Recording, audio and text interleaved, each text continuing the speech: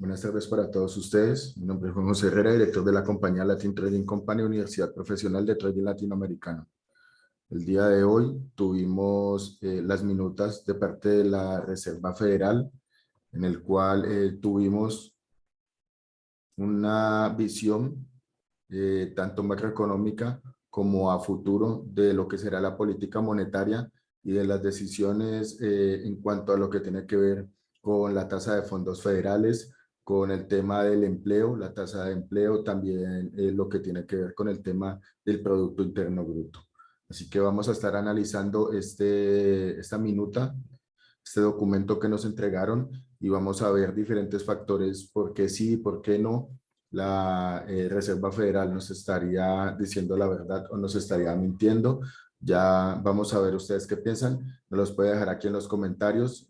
Cualquier aporte que ustedes tengan. No olviden suscribirse a nuestro canal y seguirnos en nuestras redes sociales como Instagram y Telegram como @Latin Trading Company. No olvides dejar tu like y compartirle este material o este contenido si te ha gustado, si has aprendido algo a otra persona que le guste tanto la bolsa como a ti y como a mí. Bien, vamos a empezar el tema de hoy con qué nos dice las minutas de la Reserva Federal. Así que según estas proyecciones que tenemos aquí, vamos a ir desgranando uno a uno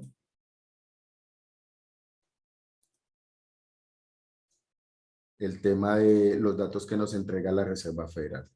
Número uno, el cambio del porcentaje real del Producto Interno Bruto o del GDP. Vemos que para el año 2022 nos dice que tendremos un crecimiento del 1.7% y para el año 2023 un crecimiento del 1.7%. Esto nos quiere decir que no habrá crecimiento durante el año 2022-2023, lo que queda de 2022 y 2023. Estamos hablando de lo que ya nos había dicho la Reserva Federal de Atlanta, lo que nos había anticipado la Reserva Federal de Nueva York y ahora la Reserva Federal de San Luis, junto con todos los miembros del comité en su reunión del día 15 de junio, nos entregaron esta acta.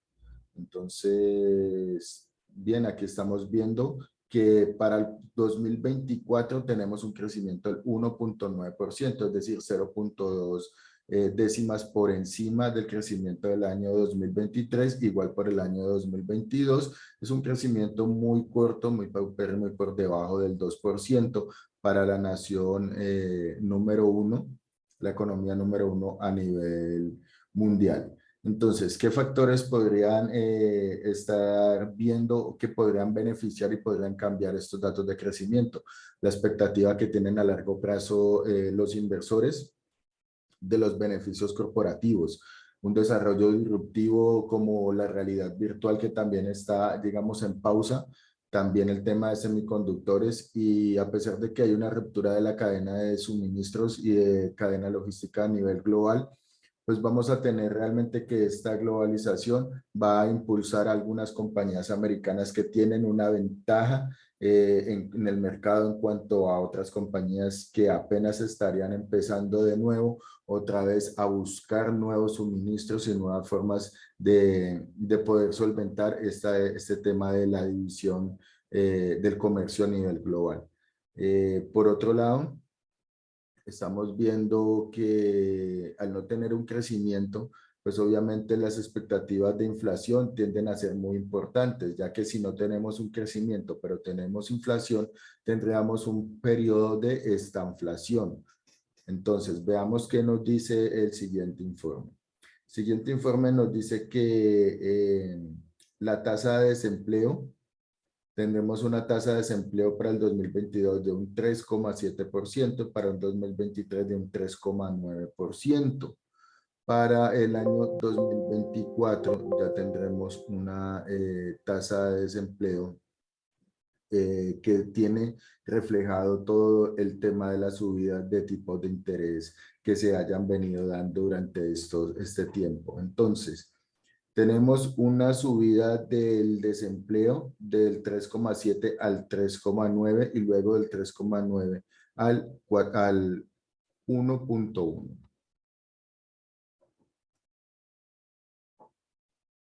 ¿Qué podría perjudicar esta tasa de desempleo? Es muy importante conocer la fuerza laboral disponible de los Estados Unidos.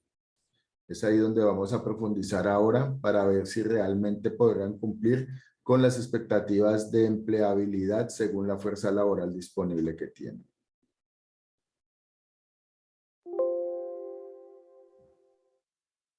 Bien. Siguiente tema que nos dice, el tema de la inflación. Aquí llegamos al punto importante, el tema importante que estábamos esperando. ¿Qué expectativa de inflación tiene la Reserva Federal para el corto y para el corto, mediano y largo plazo? Bien, estamos viendo una expectativa de 5,2, que es una expectativa muy por encima de la meta del 2% que tiene el Banco Central como estabilidad de precio. Así que estamos viendo casi un 2, casi un 3 veces más de lo que sería su meta. Entonces, aquí hay un tema importante que vemos inflación con cero crecimiento. Esto es esta inflación. Bien, ¿qué esperan para el 2023? Para el año 2023 se espera una inflación del 2,6%. Vemos del 5,2% al 2,6%. Recordemos que estamos en el 8,6%. O sea que esperamos bajar del 8,6% al año 2023 al 2,6%. No sé, de una manera abrupta y mágica, pero es cierto que las subidas de tipos de interés también estarían afectando lo que es el encarecimiento del coste del dinero. Y si es cierto que podría redimir la inflación, depende de qué tipo de inflación y a qué tipo de inflación nos dirigimos. Hay inflaciones de las materias primas, pero hay otras inflaciones que son como las salariales, que la inflación salarial es un sticky que se pega dentro de la economía y que no permite redimir luego a través del tiempo. Y vemos cómo cada vez la hora nominal versus hora trabajada le cuesta muchísimo más al empleador. Asimismo, como algunos sectores de la economía que por la gran dimisión han tenido problemas de volver a llenar sus cupos, como el tema de la hotelería o el tema de la atención al público en general. Bien, siguiente tema que nos deja es el tema de la inflación core, de la inflación que tiene como base para las decisiones de la política monetaria. Vemos que se queda sobre un 4,3% y luego se queda sobre un 2,7% para el año 2023.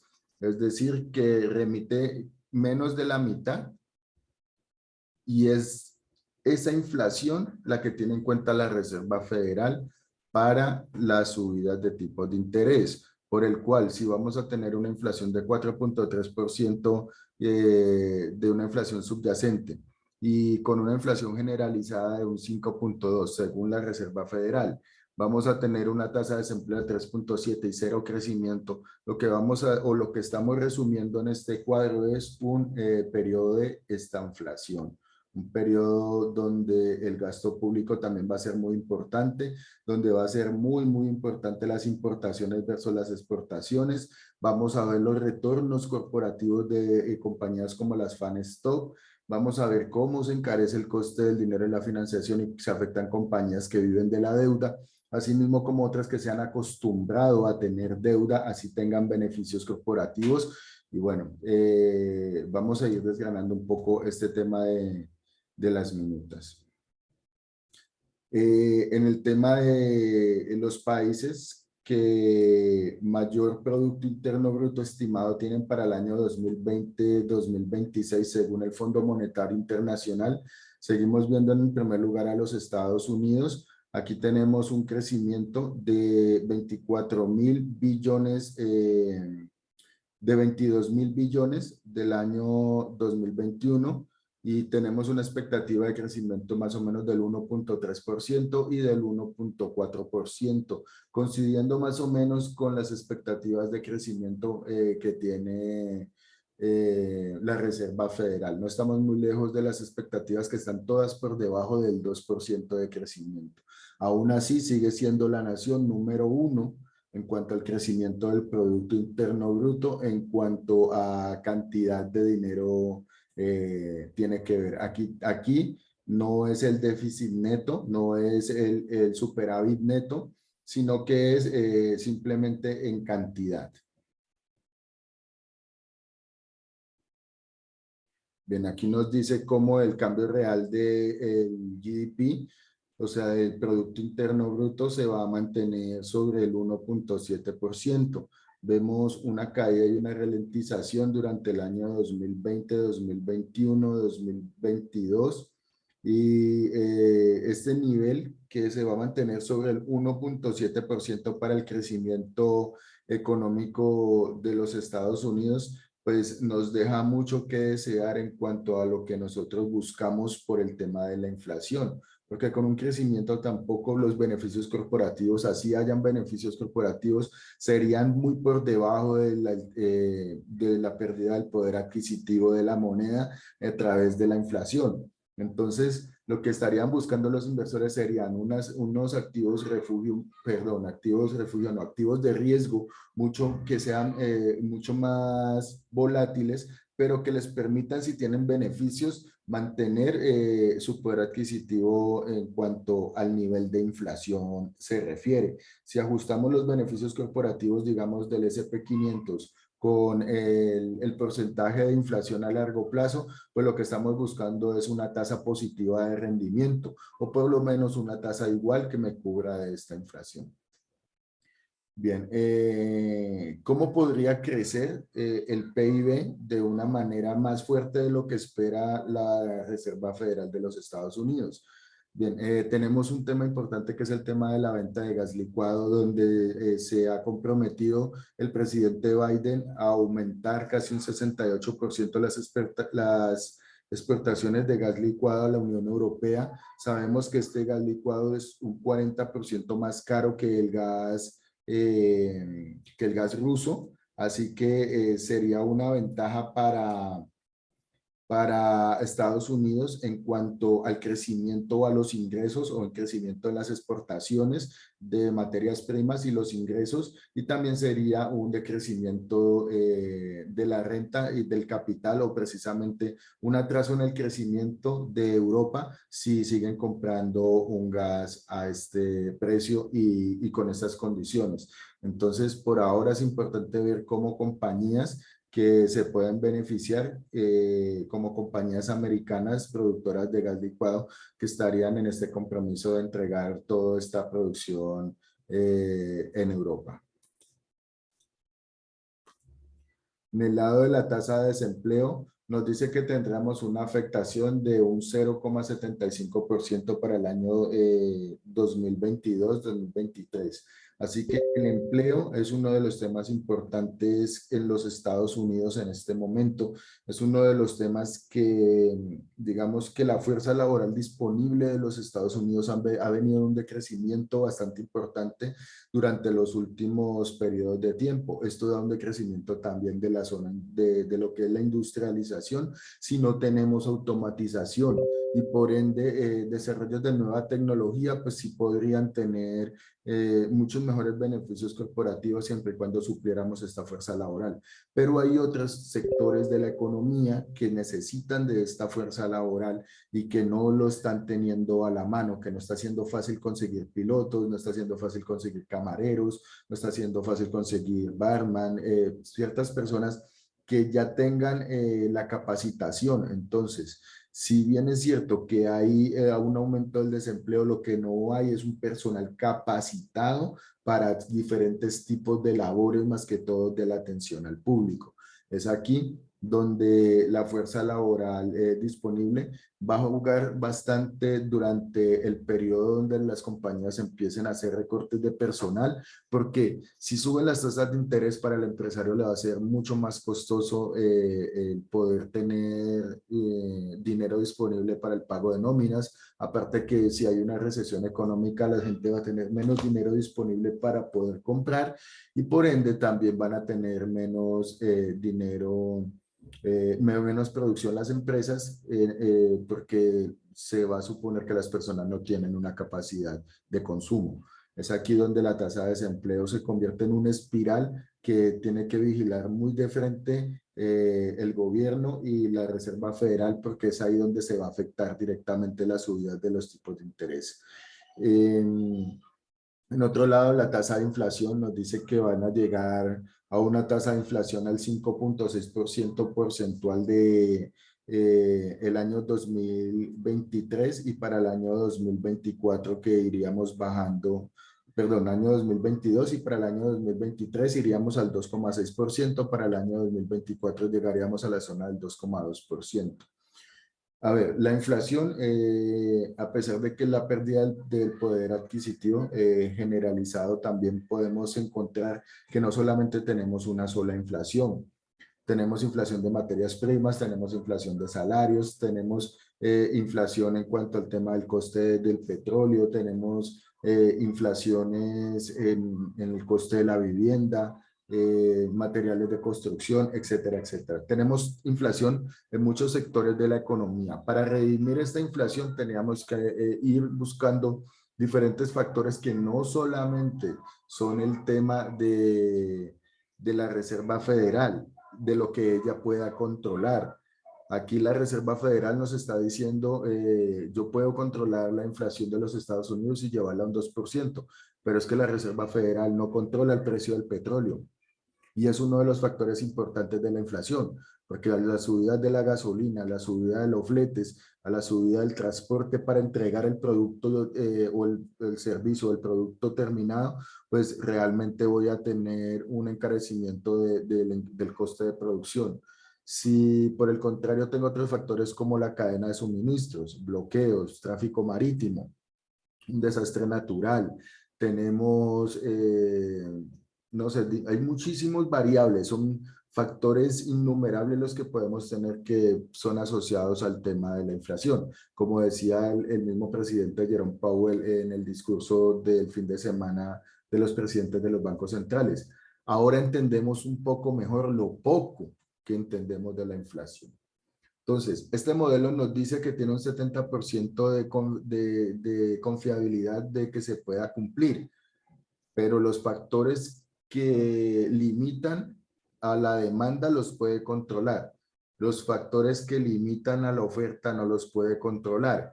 Los factores que encarecen o que digamos, se quedan dentro de la inflación no los puede controlar. Y volver a un tema de que nos digan la semana pasada, creemos que el periodo de baja inflación concluyó y luego nos diga que para el año 2023 va a tener la inflación en el 2,6%, pues hay una incongruencia dentro de sus palabras y nos dijo mentiras o hace 8 días o nos dijo mentiras hoy. ¿Cómo ven la tasa de interés los presidentes de las reservas federales en su sistema de puntuación dot plot? Estamos viendo aquí a la Reserva Federal como el Comité de Mercado Abierto ha colocado sus perspectivas a largo plazo para el año 2022. Vemos que se han alojado durante la zona de los 3,2, 3,3%. Esto nos quiere decir que nos quedaría todavía subidas de tipos agresivas, subidas de tipos de 0,75 y 0,50 para las reuniones de julio y la reunión de septiembre. Luego vemos que en vez de haber una reducción, por el contrario, vemos es un aumento en las tasas de tipo de interés casi hasta llegar a la zona del 3,5% al 3,6%. Incluso hay algunos que podrían estar hablando por encima del 4%. Entonces, estamos viendo una manera de un pensamiento agresivo, dovish, de parte de los más agresivos estaríamos por la zona del 4, 4,2. Por encima de los más hawkish o los más blandos estaríamos viendo algunas puntuaciones por el 3%, por el 3,3%, 3,5%. Entonces, estamos hablando de que todavía tenemos una postura agresiva. Y para el año 2023 tenemos una leve bajada de la tasa de tipos de interés a la zona del 2,8%. Y luego para el año 2024 volvemos a ver de nuevo las tasas de interés por la zona del 1,8 al 2,2%. Entonces, vemos como una especie de campana en la cual vemos agresividad hasta el final del año 2022 y inicios del primer trimestre de 2023, y luego vemos segundo semestre de 2023 más dovish, y para el final para el inicio del 2024 y todo el año 2024 o el primer trimestre de 2024 vemos un cambio de la política monetaria para las bajadas de tipos de interés de la Reserva Federal. Aquí lo que hablábamos ahora del empleo de la fuerza laboral disponible, vemos cómo desde los años 80 tuvo una gran fuerza laboral disponible, 70s, 80s y 90s, pero vemos cómo desde el año 90 en adelante hemos tenido un decaimiento de la fuerza laboral disponible, y esto tiene mucho que ver no solamente con el envejecimiento de la población pensionada, la población discapacitada, sino también con muchas otras personas que han tomado, digamos, la opción de no hacer parte de la fuerza laboral disponible porque no tienen la necesidad de trabajar. Entonces, aquí estamos viendo realmente cómo cada vez tenemos menos personas disponibles para los oficios de agricultura, ganadería, transporte, camioneros, bueno, etcétera, etcétera. Tenemos unos déficits bastante grandes dentro de la fuerza laboral disponible de los Estados Unidos, por el cual le cuesta tanto crecer más del 2%.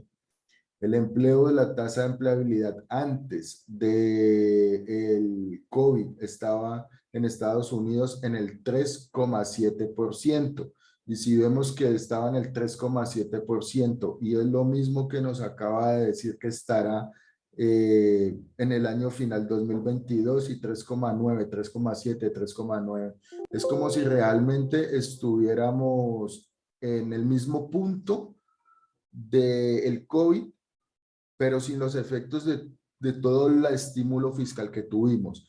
Es como si me hubieran subido el salario durante 2 años y yo no hubiera comprado nada, no se me hubiera visto reflejado el dinero para nada, no hubiera tenido una mejor calidad de vida, un mejor transporte, una mejor casa, hubiera viajado a algún lugar, como si no hubiera pasado absolutamente nada, como si el dinero que hubiera tenido que estimular la economía estimuló fue la bolsa, y luego la bolsa la limpió, la criptomoneda limpió, el mercado inmobiliario también limpiará un poco, y así sucesivamente. Cada activo financiero está limpiando realmente todo el dinero y no está pasando nada, no pasó nada. Es de la manera como la Reserva Federal hace ver tanto el empleo, pero ahora tenemos mucha menos fuerza disponible, tenemos más deuda, tenemos menos ahorro, tenemos más uso del dinero digital y de crédito.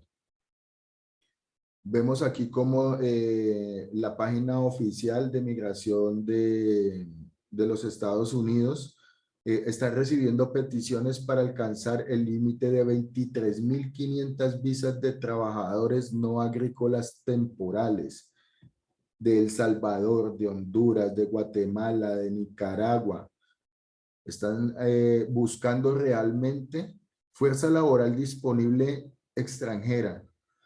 Toda la política que tuvo el presidente Donald Trump a través de lo que era encrudecer esta política migratoria, pues ahora estamos viendo un revés de la política migratoria, porque realmente quienes estaban impulsando el tema de la fuerza laboral disponible son realmente los ciudadanos hispanos, ciudadanos extranjeros, digámoslo así, ni no los mismos ciudadanos americanos. Aquí vemos una gran dependencia en cuanto a la fuerza laboral extranjera y no a la fuerza laboral disponible de un mismo país.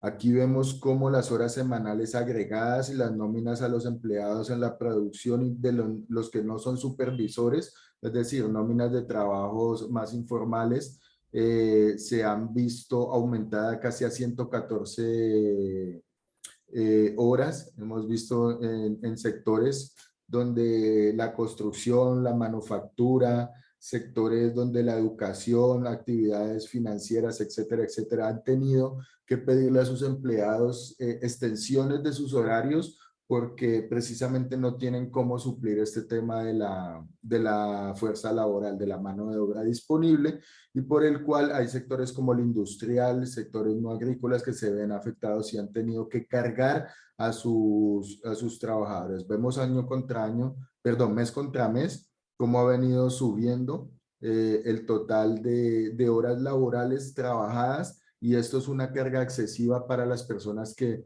realmente esta carga laboral hace que renuncien a sus puestos y que por ende aumente todavía aún más el tema de la tasa de desempleo. Estamos ante un mundo sin efectivo. Vemos la reducción del balance de la Reserva Federal y a través de otros tipos de reducción, el encarecimiento también del dinero y del crédito, pero estamos teniendo, dejando muy aparte o muy de afuera también el tema de el dinero digital. Hemos visto cómo en el año 2021 y al año en expectativas al año 2025, estamos viendo cómo hemos aumentado el tema del comercio electrónico, el pago digital, el pago por tarjetas prepago, tarjetas de crédito, tarjetas recargables, tarjetas directas, contra reembolsos, transferencia bancaria, tarjeta de crédito cargos y principalmente billeteras móviles digitales, con un aumento del 49% en el año 2021, de un 55% en el año 2022 y una expectativa de crecimiento en este mercado para el año 2025 de un 53%, moviendo una cantidad de 8.3 billones de dólares. Asimismo que el e-commerce se mueve con un 12% del gasto global de los consumidores. Estamos viendo que pasamos de la era de tener dinero físico a tener dinero digital, a que ahora la remesa es una señora de, no sé, 50, 60 años, que antes no tenía acceso a la tecnología, ahora sabe que es un PIN de Western Union, sabe que es manejar una billetera móvil de su banco, sabe que es hacer una transacción, recibir, porque la misma necesidad las ha obligado a llevar a aprender en este término de incluirse dentro de los sistemas financieros digitales. Y esto es importante que lo tengamos en cuenta, porque si la reducción es de la masa monetaria, pero de la masa monetaria física en sí en general, estamos viendo que habrían temas donde los seres humanos estaríamos tratando de evitar el tema de los recortes, buscando diferentes factores como criptomonedas, como pagos descentralizados, bueno, muchos otros medios de cambio que hoy estamos viendo que están afectando directamente a otros valores tradicionales y mercados refugio, perdón, mercados tradicionales y valores refugio, que he encontrado, digamos, otros aspectos o otros rendimientos, como son staking, como son los NFTs, como son, bueno, diferentes inversiones que nos permitan cubrirnos de la pérdida del poder adquisitivo de la inflación. Entonces, aquí tenemos un valor importante porque este dinero digital está transformando directamente la política monetaria y lo que nosotros conocemos realmente como el valor del dinero en general, o la teoría tradicional del dinero.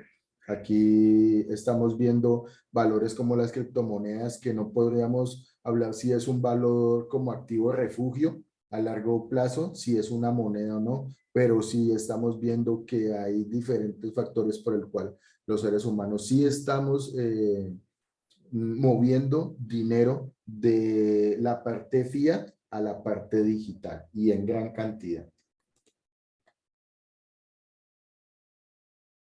Y por último, la prueba de ello es el endeudamiento particular. El endeudamiento particular es cuando yo pago con mi tarjeta de crédito, y vemos cómo ha subido durante el año, del año 2005 en adelante, pero teniendo un pico más importante desde el año 2020 al año 2022, vemos el repunte del endeudamiento crediticio a través del plástico y la deuda particular, una deuda que ha crecido impresionantemente, que no debería de haber sido así con tanto estímulo que ha tenido la economía en base a lo que ha sido las tasas de interés por 0% por muy largo plazo, y aún así tenemos un endeudamiento particular bastante importante. Ahora con las subidas de tipos de interés que nos dice la Reserva Federal, que estarían por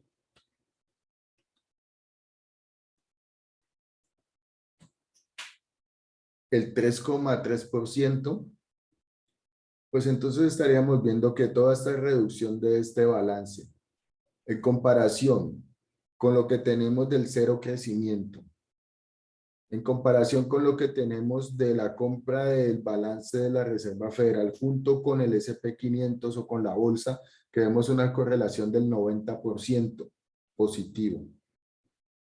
Cuando la reducción del balance de la Reserva Federal empiece a dimitir, debería la compra de la deuda corporativa también debería de afectar a las compañías, por el cual la tasa de desempleo no debería de afectarse un 0,75%, debería afectarse muchísimo más. Si la bolsa cae un 50%, las compañías no va a afectarse la tasa de desempleo solamente un 0,75%. Si no tenemos crecimiento, como lo dice la Reserva Federal de Atlanta, 0% de crecimiento, si estamos al 0% de crecimiento. Y si estamos por la reducción de los balances, lo que vamos a tener es un aumento de la deuda sobre el PIB de los Estados Unidos para solventar diferentes factores como es el gasto público, infraestructura y planes sociales, sin hablar si se mete en una guerra o no, cuánto le puede costar y de dónde lo va a sacar. Entonces, el endeudamiento que tenemos sería endeudamiento gubernamental, cero crecimiento,